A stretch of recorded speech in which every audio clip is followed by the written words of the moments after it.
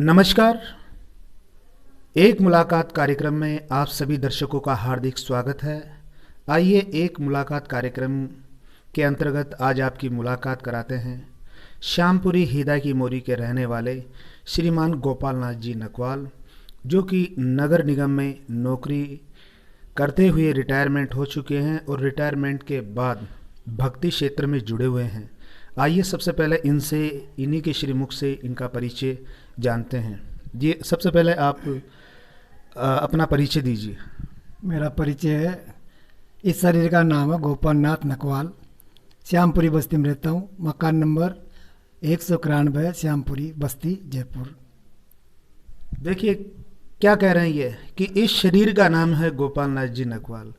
तो देखिए, जो आध्यात्मिक क्षेत्र में जुड़े होते हैं, भक्ति के क्षेत्र में जुड़े होते हैं, वो कभी भी अपने आप को शरीर नहीं मानते हैं। गोपाल नाथ जी, मैं ये जानना चाहूँगा, आप नगर निगम में कौन से पद पे थे, उसके बारे में भी थोड़ा सा बताएं। कहाँ आपकी ड्यूटी थी, नौकरी के दौरान आप क्या करते थे, क्या आपका अनुभव रहा, उसके बारे में भी हमारे दर्शकों को आप बताइए।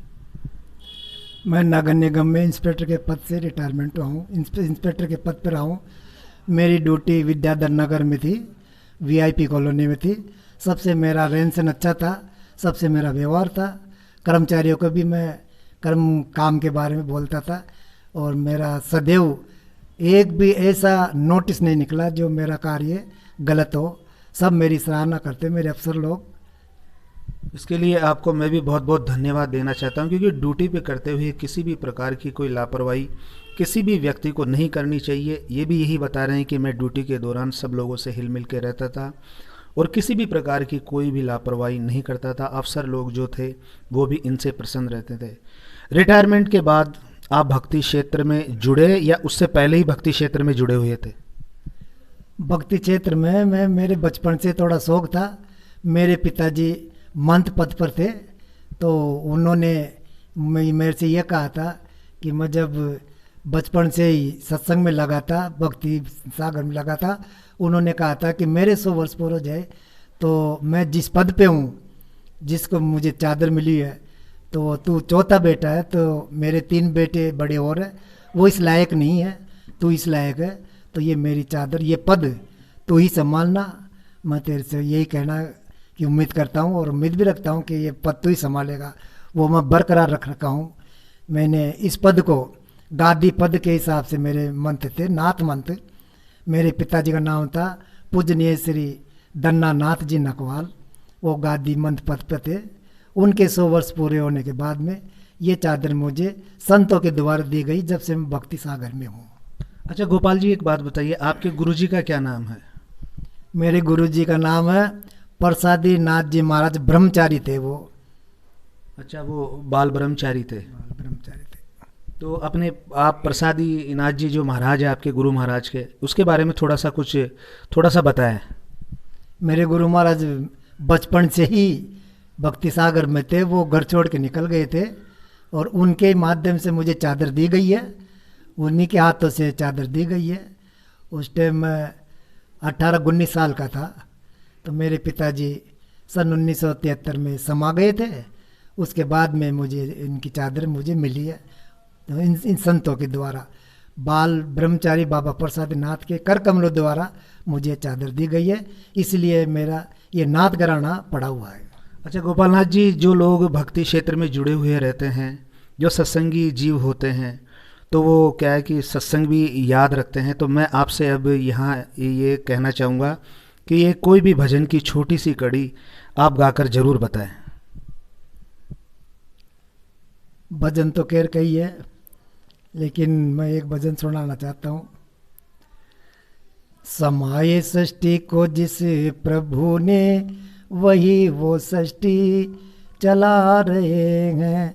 जो पेड़ हमने लगाया पहले, उसी का फल अब हम पा रहे हैं।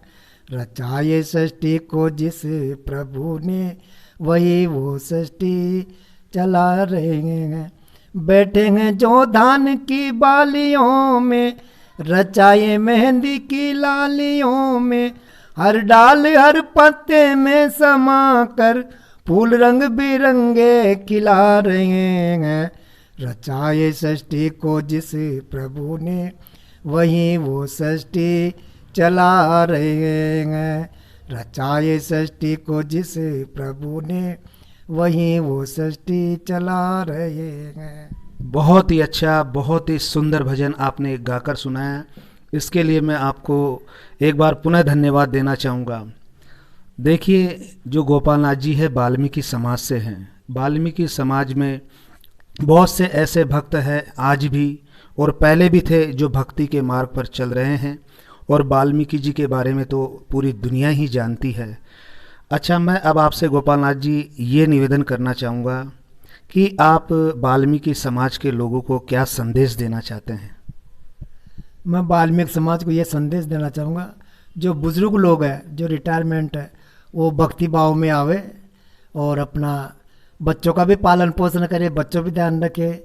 युवाओं से मैं यही कहना चाहूँगा कि आगे पढ़ लिख करके तरक्की करे, किसी गंदी संगति में नहीं पड़े, अच्छा व्यवहार करे, अपने माता पिता की सेवा करे। माता पिता ही अपने गुरु है और वो सभी से बड़े अपने को जो पैदा करे, सबसे बड़े अपने गुरु माता पिता ही है। बहुत अच्छी बात बताई। ये कह रहे हैं बुज़ुर्गों से जो रिटायरमेंट हो चुके हैं या जो बुज़ुर्ग हो चुके हैं अपना काम धंधा करते हुए, उनसे ये निवेदन करना चाह रहे हैं कि आप भक्ति के क्षेत्र में आए, मालिक को याद करिए। इसके अलावा जो युवा है, उन युवाओं को ये कह रहे हैं कि अपने माँ बाप की सेवा करें, अपने जो पढ़ाई है उसमें ध्यान रखें, अपने काम धंधे में ध्यान रखें और संगत अच्छी करें, क्योंकि संगत का फल इंसान के ऊपर ज़रूर पड़ता है। तो गोपाल नाथ जी, अब मैं आपसे ये भी जानना चाहूँगा कि आज का युवा भक्ति की तरफ क्यों नहीं जा पा रहा है, क्या कारण है? भक्ति की तरफ तो ये है ना कि भाई पहले तो वो अपने घर परिवार का ध्यान रखे जब युवा है, तो इसके बाद में जब रिटायरमेंट हो जाए ड्यूटी से, तो मैं यही कहना चाहूँगा युवाओं से कि वो भक्ति भाव में पड़े, क्योंकि आगे का रास्ता भी साफ करे। नहीं, आप ये बोल रहे हो कि रिटायरमेंट के बाद, तो क्या युवा अवस्था में भक्ति नहीं करनी चाहिए? युवावस्था में भक्ति तो करनी चाहिए, लेकिन सबसे पहले अपना घर परिवार का ध्यान रखना चाहिए, उसके बाद समय मिले तो भक्ति भाव में लगना चाहिए। युवाओं से मेरा यही निवेदन है। नहीं, आज के युवा के पास समय तो बहुत है, बहुत सारा टाइम अपने मोबाइल को देता है, व्हाट्सएप चलाने में, फेसबुक चलाने में, इसमें लगाता है। तो क्या उसी समय में से निकाल कर भक्ति नहीं कर सकता?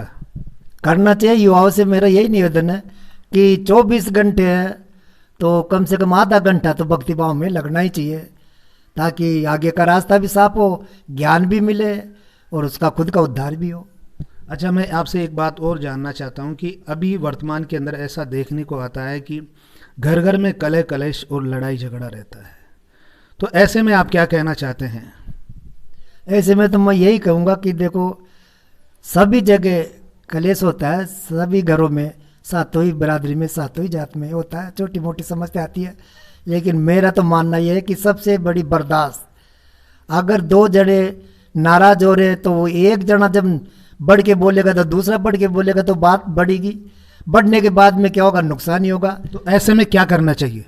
शांत रहना चाहिए, बर्दाश्त करना चाहिए, मेरे हिसाब से ये है। देखिए गोपाल नाथ जी कितनी अच्छी बात बता रहे हैं कि अगर दो जने लड़ाई लड़ रहे हैं, किसी भी बात को लेकर झगड़ा कर रहे हैं, विचार विमर्श कर रहे हैं, तर्क कर रहे हैं, तो एक को चुप हो जाना चाहिए। यानी कि ये कहना ये चाहते हैं कि जब भी कोई भी वाद विवाद की स्थिति हो तो बर्दाश्त करनी चाहिए, क्योंकि जब तक हम बर्दाश्त करना नहीं सीखेंगे हमारे घर परिवार में शांति नहीं रहेगी और कलह कलेश बढ़ता जाएगा। कलह कलेश के बारे में मैं बताना चाहूँगा कि कलह कला से परिंदा का पानी नाश है। कलेश की वजह से परिंदे का जो पानी है वो भी नाश हो जाता है और बहुत सारी मुसीबतें घर के अंदर आ जाती है। तो गोपाल नाथ जी को मैं धन्यवाद देना चाहूँगा, इतनी अच्छी बात बताई है कि बर्दाश्त करनी चाहिए। कोई कह दिया, कोई सुन लिया, लेकिन घर के अंदर शांति का माहौल रखना चाहिए। तो ये थे श्रीमान गोपाल नाथ जी नकवाल, जो कि नगर निगम में नौकरी करते हुए रिटायरमेंट हुए और बचपन से ही इनकी भक्ति में रुचि थी और अभी भी ये भक्ति के कार्य कर रहे हैं। एक भजन की कड़ी इन्होंने हमें गाकर भी सुनाई है, तो मैं इनको धन्यवाद देना चाहूँगा कि ये इन्होंने बुज़ुर्गों को भी संदेश दिया, इसके अलावा युवाओं को भी संदेश दिया कि किस तरीके से हमें रहना चाहिए। इन सभी बातों के लिए मैं इनको धन्यवाद देना चाहूँगा। गोपाल नाथ जी, मैं चाहूँगा एक भजन आप और गाकर हमें सुनाएं। ठीक है साहब। गुरु महाराज का भजन सुनाता हूँ। गुरुवर चरणों में दे दो ठिकाना मुझे, मैं भटकता रहा राह दिखाना मुझे, राह दिखाना मुझे। गुरुवर चरणों में दे दो ठिकाना मुझे, गुरुवर चरणों में दे दो ठिकाना मुझे। तन कहीं और है, मन कहीं और है, तन कहीं और है, मन कहीं और है। सुख की चाहत की भारी यहाँ दौड़ गए, इस समंदर में अब ना बहाना मुझे, ना बहाना मुझे। गुरुवर चरणों में दे दो ठिकाना मुझे, मैं भटकता रहा राह दिखाना मुझे, राह दिखाना मुझे। गुरुवर चरणों में दे दो ठिकाना मुझे। ये काजल का घर बच के कैसे रहूं, अपनी आवाज दिल की मैं किस से कहूं। इस मुसीबत से तू ही बचाना मुझे, हाँ बचाना मुझे। गुरुवर चरणों में दे दो ठिकाना मुझे। अब फणी के हृदय से ना तू दूर है, अब फणी के हृदय से ना तू दूर है। आपका फैसला मुझको मंजूर है, तुझको भूलूं वो दिन ना दिखाना मुझे, ना दिखाना मुझे। गुरुवर चरणों में दे दो ठिकाना मुझे, मैं भटकता रहा राह दिखाना मुझे, राह दिखाना मुझे। गुरुवर चरणों में दे दो ठिकाना मुझे। बहुत बहुत धन्यवाद आपको इस भजन के लिए। कितना सुंदर भजन आपने सुनाया। गोपाल नाथ जी महाराज, मैं अब आपसे ये भी जानना चाहूँगा कि जो गुरु महाराज होते हैं वो हर शिष्य को पाप कर्मों से बचाने का प्रयास करते हैं कि किसी भी प्रकार का कोई भी पाप कर्म का कार्य न करे। अब मैं आपसे यहाँ जानना चाहूँगा कि जो लोग भक्ति क्षेत्र में भक्ति कर रहे हैं और भक्ति करते हुए अगर शराब पी रहे हैं और मांसाहार कर रहे हैं तो क्या ये उचित है या अनुचित है, इसके बारे में भी आप ज़रूर बताएं। जो भक्ति कर रहे हैं ना उनको मांसाहारी नहीं करना चाहिए, न शराब पीना चाहिए, न गुटखा खाना चाहिए, क्योंकि जब भक्ति भाव में पड़ गए तो गुरु महाराज बचाने वाला, कोई बीमारी उसके लग नहीं सकती है, क्योंकि गुरु महाराज का नाम है। अब जैसे गोपाल नाथ जी महाराज, बहुत से लोग भक्ति भी करते हैं और शराब भी पीते हैं, मांसाहार भी करते हैं, तो मैं तो सिर्फ आपसे यही जानना चाहूँगा कि ये उचित है या अनुचित है। जो ऐसा कर रहे हैं क्या उनकी भक्ति फलीभूत होगी या नहीं? ऐसा करने वाला तो देखो दुखी पाता है, बाकी ईश्वर भगवान गुरु महाराज परीक्षा लेते हैं सबकी, लेकिन उनको नहीं करना चाहिए। जब वो इसमें भजन भाव में पड़ जाते हैं तो उसको ये सब चीज़ों से दूर रहना चाहिए।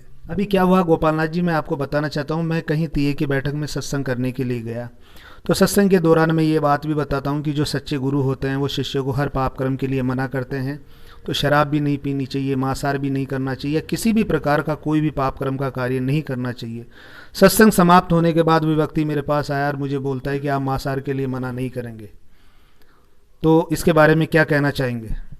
उनकी गलती है, क्योंकि जब कोई गुरु शिक्षा देता है तो शिक्षा माननी चाहिए, और शिक्षा मानने के बाद में उसी का उद्धार होगा, उसी की मनोकामना पूरी होगी। तो वो जो वैसे कहते हैं ना वो गलत कहते हैं आपको, लेकिन ये मांसाहारी छोड़ना चाहिए, गुटखा छोड़ना चाहिए, शराब को छोड़ना चाहिए। ये गलत है, सारे ये संगति गलत है। इसलिए मैं यही कहूँगा कि ये नहीं करना चाहिए। ठीक है गोपाल नाथ जी महाराज, आपको बहुत बहुत धन्यवाद जो आपने बिल्कुल उचित मार्गदर्शन किया, सही बात बताई। गोपाल नाथ जी, मैं अब आपसे ये जानना चाहूँगा कि मैं वर्ष 2016 से सत्संग सुनाने का कार्य कर रहा हूँ तीये की बैठक में। वाल्मीकि समाज में आपके द्वारा, रतनलाल जी गठारिया के द्वारा और बिरजू जी सारवान के द्वारा मुझे वाल्मीकि समाज में लाया गया। इसके बारे में आप क्या कहना चाहते हैं? मैं यही कहना चाहूँगा कि आप जो एक कथा करते हो ना, तो हमारे वाल्मीकि समाज के आपकी सराहना करते हैं। तो हम 3 जने कैसे हैं, रतनलाल जी गठारिया, बिरजू जी सारवान, गोपाल नाथ जी नकवाल, इनसे हम मिले तो इनको हम ले गए थे सत्संग के लिए। इन्होंने तुरंत हाँ कर दी और हमारे साथ हो गए। और वहाँ इन्होंने सत्संग जब सुनाई तो हमारे पूरे वाल्मीकि समाज के बहुत ही खुशी के मारे इतने हो गए, गदगद हो गए। आज हम इन नावरिया जी को बार बार बुलाने की कोशिश करते हैं और बुलाते भी हैं। ठीक है, बहुत बहुत धन्यवाद। तो ये एक मुलाकात कार्यक्रम के दौरान आज मैंने आपकी मुलाकात कराई वाल्मीकि समाज के श्रीमान गोपाल नाथ जी नकवाल, जो कि नगर निगम में नौकरी करते थे और अब ये रिटायर हो चुके हैं। रिटायर होने के बाद ये भक्ति के क्षेत्र में लगे हुए हैं, सत्संगों में जाते हैं और लोगों को सत्संग के भक्ति की तरफ से प्रेरित करने का कार्य करते हैं। मैं इनके सुखी जीवन और लंबी आयु के लिए परमपिता परमेश्वर से दुआ करता हूँ। इनका आशीर्वाद और इनकी दुआ सदैव मेरे साथ बनी रहे। इसी के साथ मैं पत्रकार ब्रजेश कुमार नावरिया, दिल्ली क्राइम न्यूज़, जयपुर से।